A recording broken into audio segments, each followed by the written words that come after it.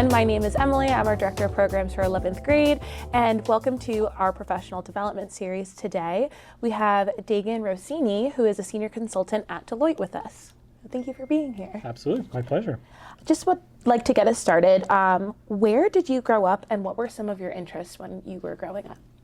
I grew up in Connecticut. I would say the Northeast more generally because I split my time mostly in Connecticut, but sometimes in New York, a little bit in Rhode Island during summers. So I'm a Northeast kid at heart. It's my first time to Lancaster, Pennsylvania, by the way. Oh, welcome, welcome. I already got suckered into doing 5 miles with Leo this morning running.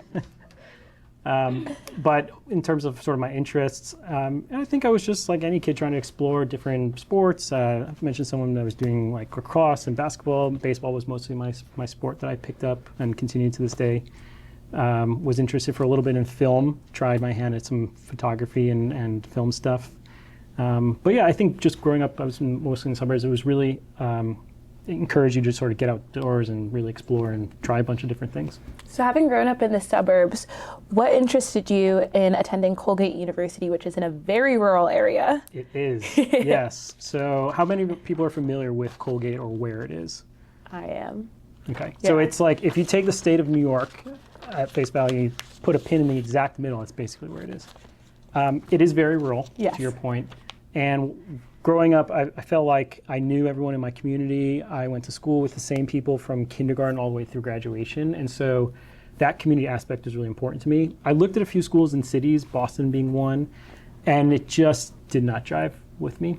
So when I found Colgate, it was a combination of, it had sort of that community feel, being very small, less than 3,000 people, but also was close enough to home that I felt like I could come back to for vacations, family stuff, but far enough away where I could also be independent and sort of become, coming into my own adulthood. And there was something about it that when I stepped on campus that it was the feeling that you just belonged and you fit, and I hadn't experienced that with any other school that I visited. Very cool. And what made you want to study, because I believe you double majored in peace and conflict studies as well as political science. What led you down that path? You've done your research, I can tell.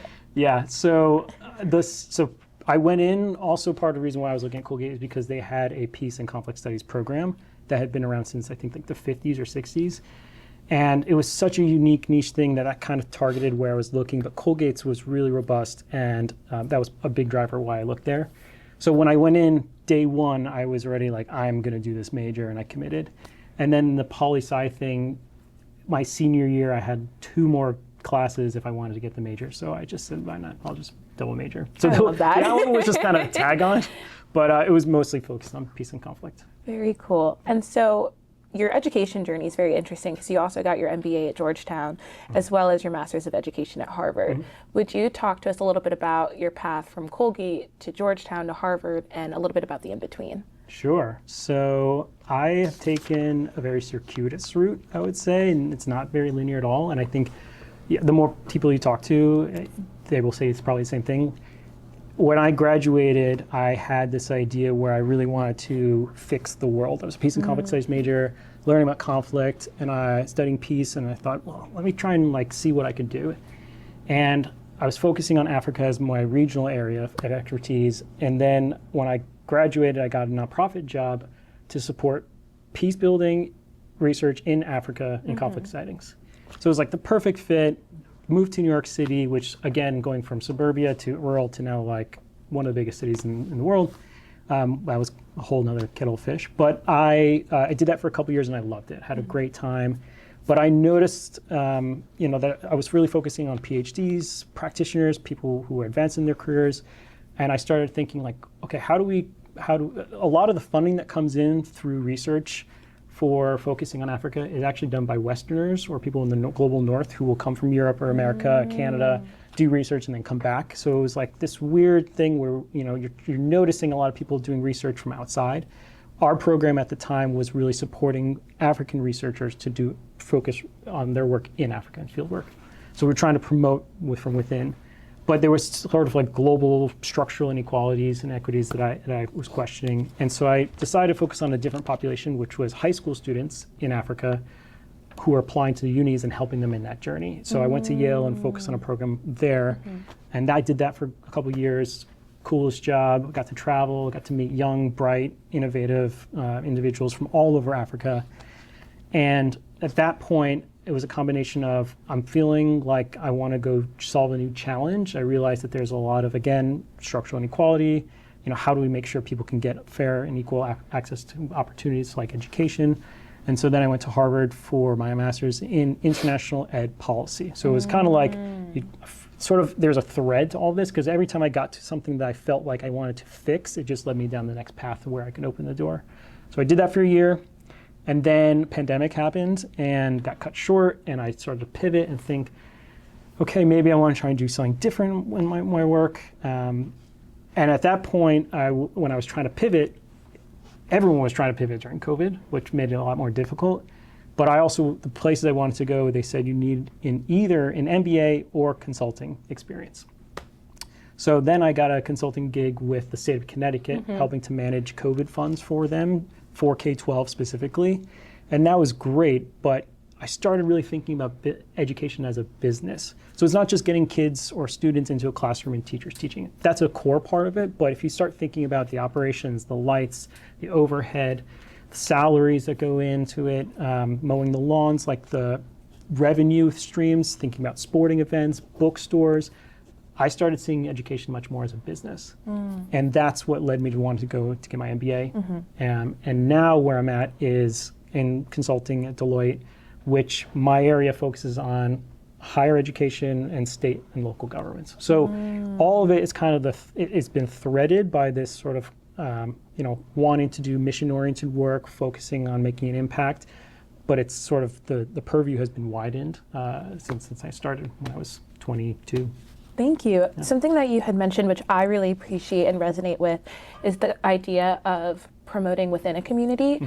I am a strong believer that I can be a resource, and if I'm not the person facing the problem, I don't necessarily have the answers on how to fix it, but I can be someone who can help, which is why I really appreciate the work that we do here at Attollo. As it all started with our founder, who was a student that we would now be supporting if they were in our program. But thinking about where you are right now, for those of our audience members who might not quite understand consulting, there are so many different ways you can be a consultant. Would you be able to dive a little bit deeper in what your consulting role looks like and how you're able to, I guess, develop the business component of our education system? Sure. So how many people have thought about consulting as a potential career? Okay. How many people feel confident they could say what consulting does? Okay. It's fair because I was part of that. And I think, to be honest, a lot of consultants struggle to articulate like what it is people do. It's the catch-all phrase is like, we problem solve. Great, you solve problems every day. You got a flat tire, you got to fix it. That's solving a problem. But like this is sort of more on like a more bigger scale and focusing on companies. So I think another way to think about it is to help companies maximize their value, whether that is helping someone with a new marketing campaign, helping to streamline their operations, figure out their supply chain. Some consultants also figure out where to cut costs. But the work that I do at Deloitte is really focusing on government and public sector. And so within that, there's, a ton of things. If you've been keeping up with the news, there's a lot of stuff that's happening in the government right now too. So there's a lot of influx, but there's a big push for AI. So a lot of the work that I do is helping to think about governance structure for AI, or to help train and upskill the workforce to be ready for these technologies. But you've got a ton of different opportunities that are within consulting, because 1 week you could, or a couple months you could be working on a project that is helping to implement a new technology. The next you could be helping the government roll out their vaccines. Another year or so you could be working to change their organizational structure. So it really runs the gamut, and it depends on kind of where you're interested. I think every consulting firm is going to do something different, but they're all going to be focusing on, for lack of a better term, problem solving, but I think maximizing value for a company is the more appropriate way. I really appreciate that response. I guess one question that I now have is, as someone who is a lifelong learner, very clear about your career path and the different stops you've made along the way in order to gain education to further your career, how do you find yourself continuing to educate yourself on current matters when you're in a work environment, not necessarily at a school? Yeah, so when being in school helps because you're just constantly reading all the time, right? And you're kind of, you're in it, right? Yeah. And when you're working, it's a little harder. You come home from a day working, you don't want to, study anything. You don't want to read. But I think there's two aspects. One is to be good at your work, you want to be educated about the subject. So if you find time to read an article, listen to a podcast, that's good. You don't have to be an expert overnight for something. If you can carve out on your route to work or when you get home, a podcast, a couple articles, varying up the different sources that you get so you get better perspective, making a commitment keeping yourself accountable. Every Monday I'm going to listen to this podcast, or every Saturday I'm going to go to a coffee shop and read about X. I think that really helps. And I've been trying to do that in my own work, even after all the education experience, because learning is a lifelong journey, and it's not only good for sort of being sharp, but I think also for your clients, if you're working or for whatever company you have, you want to be appropriately prepared and to talk about whatever it is. So. Absolutely. Do you have any podcast recommendations? As I have recently started doing like 6 a.m. walks where every day I do a different podcast. Nice. So I have a rotation, but I'm definitely missing some days in there. Sure. Gosh. I've said podcasts, and I should have known this question was coming because I have to think of that. I really like Planet Money. That's a great one. I've also been listening to in the past year a podcast called Hard Fork, which talks about AI every week and sort of different things that are happening in Silicon Valley.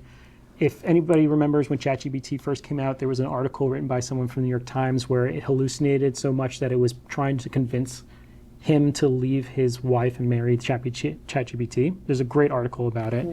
He goes through his whole experience and recounts the whole full conversation. But he's the host. He's the co-host on it. So I think that it's just a really fascinating group. They talk about really topical issues.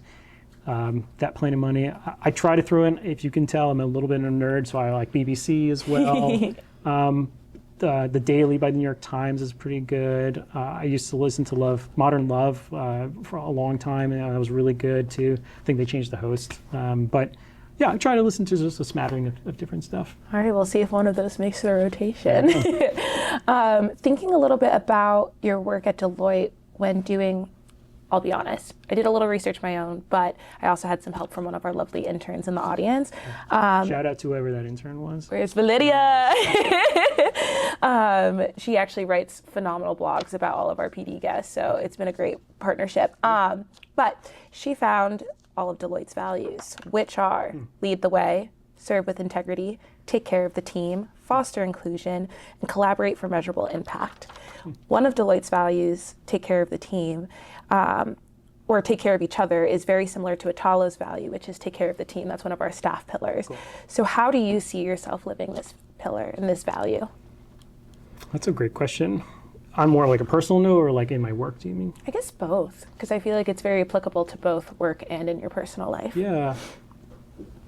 Work sometimes can be hard to be vulnerable. You feel like maybe you shouldn't go push that boundary because they say it's just business. But I think taking care of each other is really important in a work setting because it fosters a sense of trust. It's just being kind, asking people how their day is, showing signs of gratitude, thanking them for their work. When things happen, whether it's being a huge global event or a national event, given recent stuff, or it could be even micro things. If you just check in with people and just ask, how are you doing? I remember you mentioning this and I saw this in the news, like, how are you feeling? That can go a long way. And I think that's really important to build team camaraderie and again, that trust. And on a personal note, you can't take care of others until you take care of yourself. So I try to really practice, maybe not 5 miles at 5 a.m., but running every day, having, honest talks with my partner and I, being really close to family. I think that those are the things that really matter in life, and you gotta make sure you are in check for yourself to be able to support others in that way too. Absolutely. You bring up this concept of vulnerability, which I find myself combating frequently in this type of work? As in the education field, especially the work we do at Attollo, we're trying to support our scholars, our students, and build them up to be confident humans who can tackle the world. And with that takes a bit of vulnerability, but then there's this professional side of navigating how much vulnerability should I show as a professional in my workspace. Do you ever find yourself in that dichotomy? 100%. Yeah. I mean, who doesn't, right? You can't, the whole idea of work-life balance, being able to separate the two, that's not always the case. You're going to think about, you're working on something all day, the minute you walk out a door, you're going to stop thinking about it? No. The minute you walk into the door, you're going to forget about something that just happened at home or in the world? No. So it's important to, again, take care of people, but to also be honest about how one is feeling, because if you're up against a deadline and, you know, just something happened maybe to you that was affected you, are you going to really perform that well? It's better to be honest and say to your manager or your colleague, hey, I need maybe a few hours to just like focus on me or do something else, and then I'll come back to it. Again, showing responsibility, accountability, but like taking the time to be a little bit vulnerable. You obviously have to pick and choose, right? If you're like at a big meeting of some kind and being presenting, and you know, maybe you probably shouldn't go into the fact that maybe your dog died or something like that. But I think that moments are, you know, you have to figure out when is appropriate, but I think vulnerability is an important practice. And as just as it is, you know, empathy, I think too, because we're humans beings at the end of the day. And if you can't be honest with yourself and try and look out for other people and practice those rules or the principles, then it's going to be really, really difficult. You definitely have a growth mindset. Yeah, I think so. So I guess on that like spin-off, how do you see yourself continuing to develop these professional skills, since this is our professional development series? Do you have any advice for the young professionals in the crowd, our current scholars who are in college as they're beginning their professional careers? How do you continue to, I guess, go through professional development yourself?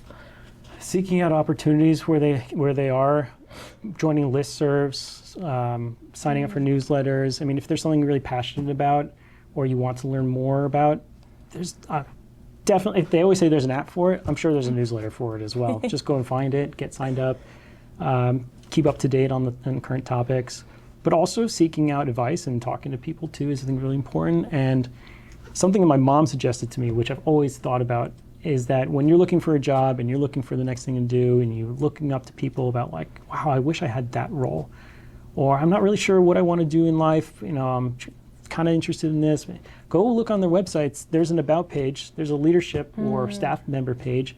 Click on them and see what their bios are. What steps did they take to get there? And maybe you can work backwards. So maybe if the head of, I don't know, let's say the United Nations went to school at X and interned at Y and then had a stint at Z, well, maybe Z is a fit for you. Maybe you should go check it out. Go to their webpage and see what kind of career opportunities they have.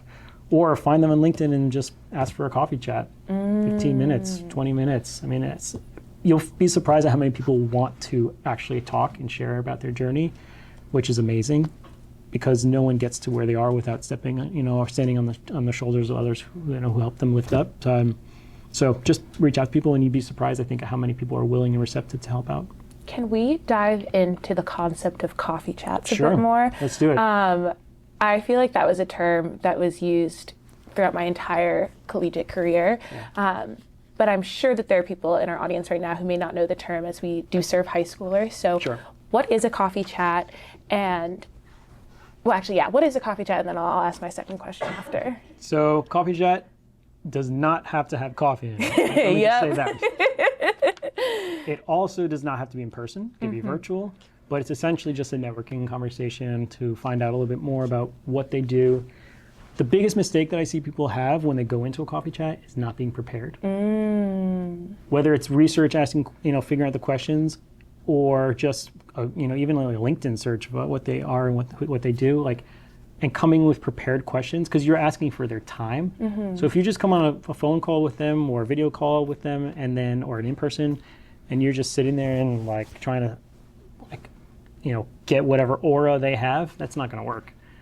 You have to ask questions, you have to be prepared, you have to have some follow-ups. You don't have to have 50, but good key ones that you would want to ask, and then kind of just goes from there. And more than often than not, they'll be, again, willing to help. But if you ask, the last question you should always ask is, who else should I talk to? And then they'll give you some more people that you can continue widening your network. Because at the end of the day, your network is your net worth. The more people you know, the better outcomes you have for when you are really, looking for new jobs, new opportunities, just to connect with people who are doing really big and bold ideas. So start broadening your network and have those coffee chats. It's a little scary because you feel like you're wasting your time maybe, or you're not sure how to phrase it, but just try it. Just put yourself out there. You'll be surprised who you meet. I really appreciate your acknowledgement of that. It can be scary to ask for help, especially when you might be cold calling someone and you're like, I just really like the work that you do, but we've never met and we have no connections. How would you approach someone who is maybe new to the concept of coffee chats, reached out and didn't hear back right away? Because I'm noticing that within our high schoolers, the concept of double texting or reaching out more than once without a response is daunting and a big no-no. Yeah. So I think the other thing to remember is that value of time. So if you reach out to somebody and they don't get back to you, it's probably because they're busy. It's probably because they maybe are not on LinkedIn that frequently. Like, there are reasons maybe why they're not doing it, but you don't want to probably just send a request without a note. You want to probably add something in there that says like, hey, so-and-so, I think you only have like 140 characters or something in the LinkedIn messages. Much, yeah. So it should be brief, but just, hey, I saw you're doing X. I'm curious to learn about X. Would you have 15 or 20 minutes to have a coffee chat? Please let me know. And I think showing the intention or reason why you want to have a coffee chat helps, because otherwise they're like, okay, who is this person? I don't really know. And maybe I can't build the time if I don't know what I'm going to be talking about. So adding that note, I think, is really key. And does that answer your question? Yes, no, it does answer my question in terms of being mindful that it's not malicious intent behind maybe not responding. People are busy. As long as you remain consistent in including your intent behind your messaging, you should be fine. Yeah. And also, think about timing. Like, don't probably do it at 2 a.m. when they're probably not going to be looking or wondering, why is this person texting me at 2 a.m.? But yeah, I think you'll be surprised at how many people are actually willing and open to talking. How much do you use LinkedIn in your career? In my job, or is it like a career thing? Career thing. I think I use it pretty frequently because it's another way, a news source to figure out like what's the latest and greatest happening. I know they've started their little news reel or channel. LinkedIn is trying to do that too, short snippets of like what's happening, but just to see what people are up to. Job postings, if at a time you're looking, can be real helpful. If the more people posting that stuff, you might not hear about it directly otherwise. So it's good to keep up with job posting. It's good to keep up with current events, following different companies that are of interest to you when they release career opportunities, new products that get launched, newsletters. It helps you keep track of that. So I think LinkedIn's a great source for professional setting. I think personally, this is my view, that like the whole route of like sharing a lot of personal stuff on there is maybe not the best use of LinkedIn, but if you keep it professional and you use it as just like, here's an updates, where can I get some new, good articles and stuff. I think that has, for me, worked, and I think a lot of other people as well. Thank you. I definitely entered the LinkedIn game very late compared to a lot of my peers. And here at Attollo, we help our seniors make LinkedIn profiles their senior year. So I was just curious, for an outside perspective, like, is that the right track? Are we, setting them up for success? Or are we overdoing it on that end? No, totally. I think LinkedIn is a really great and valuable tool, especially if you're looking and starting out in your career, trying to find, people who are doing stuff.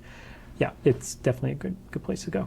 Thank you. Well, you've exceeded all of my questions. I do have some fun ones that I want to ask after I open it up to our crowd. Cool. Yeah. Any questions from the audience? Seb?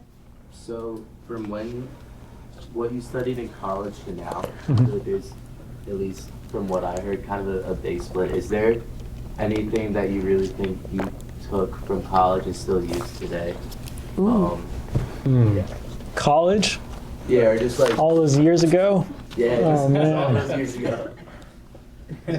Other than the best toothpaste brand. Yeah, so do you know that there's actually a connection between Colgate toothpaste and Colgate University? I did not. I just knew that we threw it on the ice at hockey games. That's at Cornell? Yeah. I'm just kidding. It's a big rivalry. It is a really big rivalry.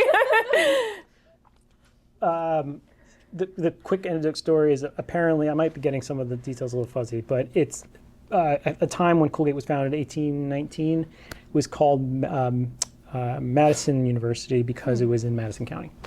And then they went bankrupt, I think, in like the late 1800s. And James B. Colgate, the one who created toothpaste, gave them a bunch of money, and they said, "Okay, we're gonna change the name." That's the quick and dirty story. Whoa. I don't know exactly all the details, but that's basically the premise.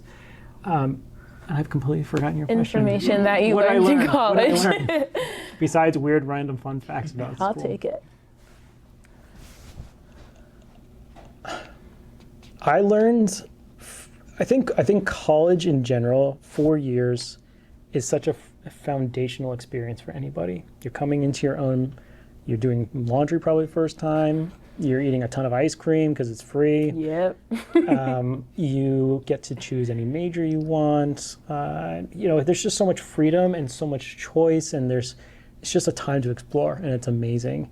For me, what I got out of it is that you cannot do anything alone. You have to have people you rely on and trust, whether that's a mentor, who's someone who's really good advisor to help you either academically or personally to get through stuff, having a group of friends that you can rely on and go to the hockey game or go to the dining hall 3 times in a night. Like, you just have to find your people and build a community. And those doesn't have to be hundreds of people. Even if you walk away with like really some core group of friends, you probably go to their weddings in the future, probably go on trips with them. And for me, I've done those things with the group that I had. And that's been the best part of my college experiences. Yes, the academics were great, but the relationships that I had, I'm still in touch with people to this day. I even officiated one of my friend's weddings. So, Whoa. yeah, get really close. Look at that. That's a great fun fact. Yeah. I can officiate weddings. I'm going to have to add that one to my list. Justin. Do you have a favorite restaurant in DC? Do I have a favorite restaurant? I'm still trying to scope out the food scene, to be honest. I don't think it's as good as New York or New Haven. I where don't used to blame live. you. That pizza. It's got some good places, but I mean, I'll get back to you because I have a list. I just can't think off the top of my head. I also don't go out to eat that much. I cook a lot at home, which is one of the nice things about being Italian. My mom and I cook a lot when I'm with her, and she passes on all this stuff to me. So I like cooking at home a lot. But I will get back to you after this more formal setup and send you some stuff. Yeah. There's nothing like a Sunday sauce. No, there's not. Any other questions? Validia and then Pritesh. So I'm just curious, when you travel to Africa, around Europe and all of that, how did that affect your global perspective, and what did you take back? The cool thing about travel and the best thing is that there's always a story to tell, but you learn so much about yourself and you learn about other people and other cultures that you cannot get from a book. You cannot get it from a textbook. You cannot get it from a blog. You have to experience it. So that for me is just the biggest takeaway, is that the more you travel, the wider your lens becomes, the more appreciation you have for others, but also yourself and the life that you live. I've loved every travel experience that I've had, and I think it helps you, grow as a human being. What was the second part of your question? What did you take back? What I take back? Yeah, I think just, again, appreciation for others. And also the itch to keep going out there and exploring. If you have the means to do it, and if you find a job, I think the big key is to find a job that pays you to travel, because then you can tack on little vacations afterwards or just get free trips. But it's just a huge door opener for a lot. And it builds your network. It builds your connections around the world. If we go to South Sudan, we know somebody in South Sudan, right? If I go to Europe and I go to Germany, I now have best friends in Germany that live there. If you need something, that you're going to Brazil and you need a travel assistant, you text a friend you were just in the class with, like, hey, recommendation. So it opens you up to a lot more. Pritesh? Yeah. So first, thanks for being here. I was curious, and actually I'm not sure how much of this question you're actually allowed to answer, but with the institutions that you do work with, what are some of the most pressing issues that you face in higher education, and what are the main reasons why they bring you in? Well, higher ed is going through a huge reckoning right now. If anybody has followed the news, I'm guessing because this is a group that helps people get into colleges. Higher ed is. We're struggling. Yeah. We're struggling. Yeah. And they're struggling too. Yeah. I think even before all of this stuff has happened with the new administration, I mean, higher ed has been facing a lot of itself in the mirror. How do you think about online learning versus in-person programming? What kind of courses are going to be appropriate to teach people to be prepared for the jobs of the future? How do you, like the whole name, anybody know about NIL, name and image likeness, right? Like that's a huge thing. You've got a lot of people now leaving the Ivy Leagues to go pursue opportunities elsewhere because they're going to get paid more. They're going to get more promotions. But what's that doing to the Ivy League, game? You've got people whose funding is being cut. Yep. So, and also thinking about AI. I mean, there's so much now. I know AI is kind of like this hackneyed term everyone's throwing around, but really it is the future. It's the present as well. And so a lot of universities are trying to prepare themselves for how do we manage that from a upskilling perspective? How do we manage it thinking about what our students are doing in the classroom? How do we learn? How does that affect our relationships?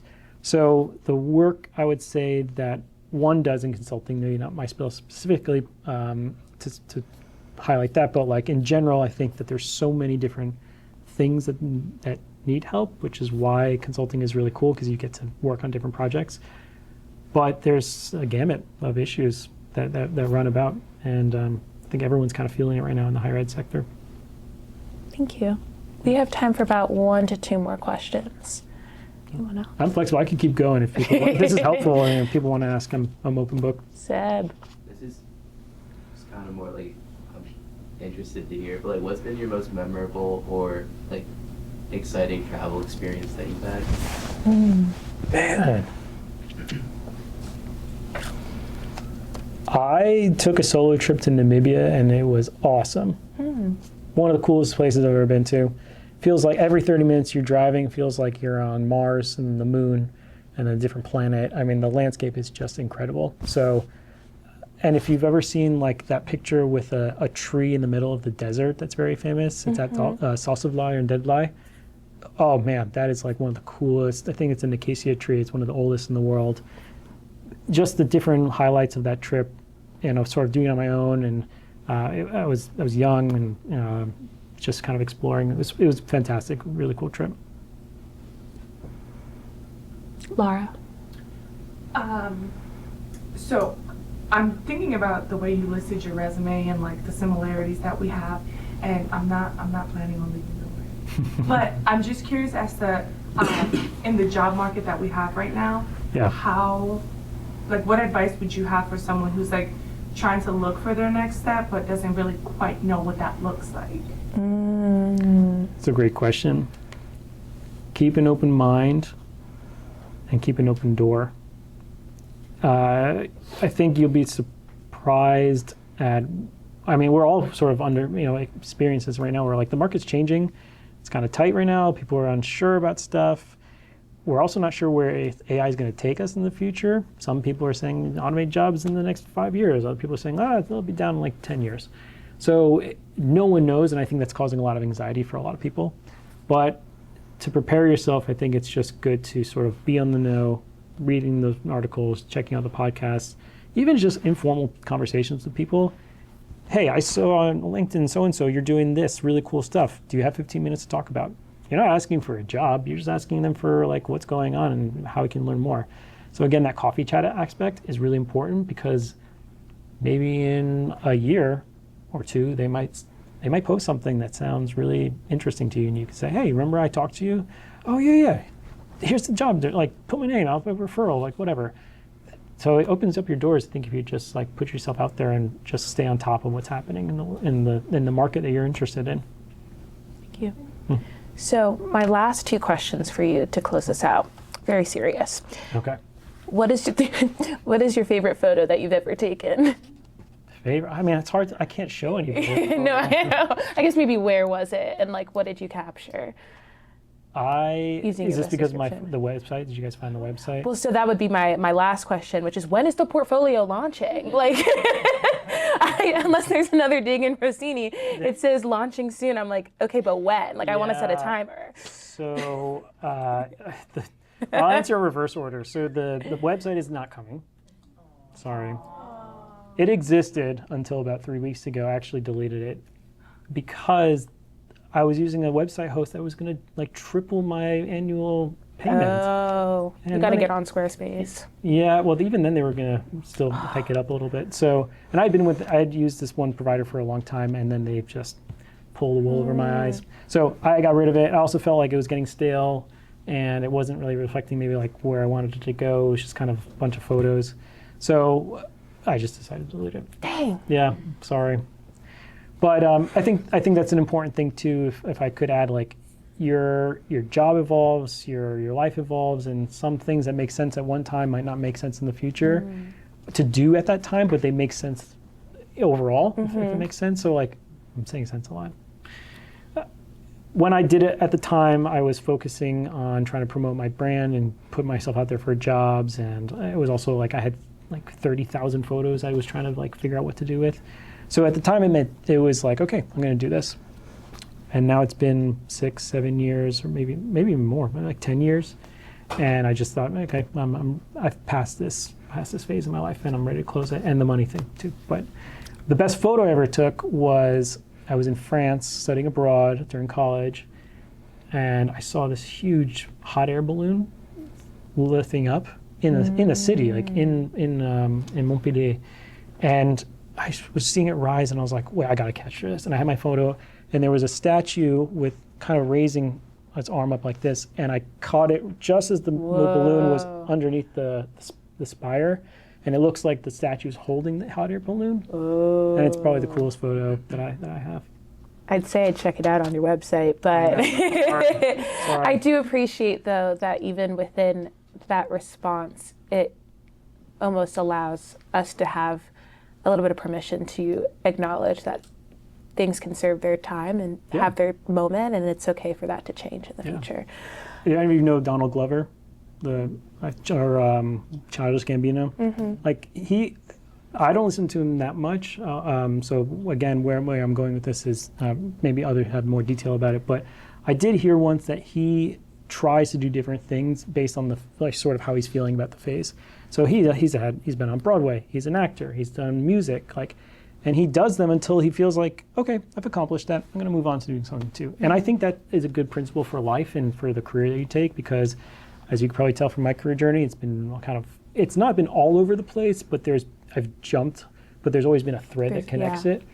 And at every time that I've decided to pivot, it's been for a reason, either because I needed something in order to break through the wall of where I wanted to go, whether that be a degree or experience, or it's because I've been bothered by something. I've been bothered by the fact that so many, Africans were not getting their research published in these spaces. I was so bothered by the fact that high school students from Africa were not getting into unis, and how could we make that easier for them? I was bothered by the fact that we are trying to fund people during COVID, and some counties are not getting more than others, and how can we structure it better? So I would say whatever speaks to you at the time, go with that and follow that instinct, and you'll be surprised where it can lead you.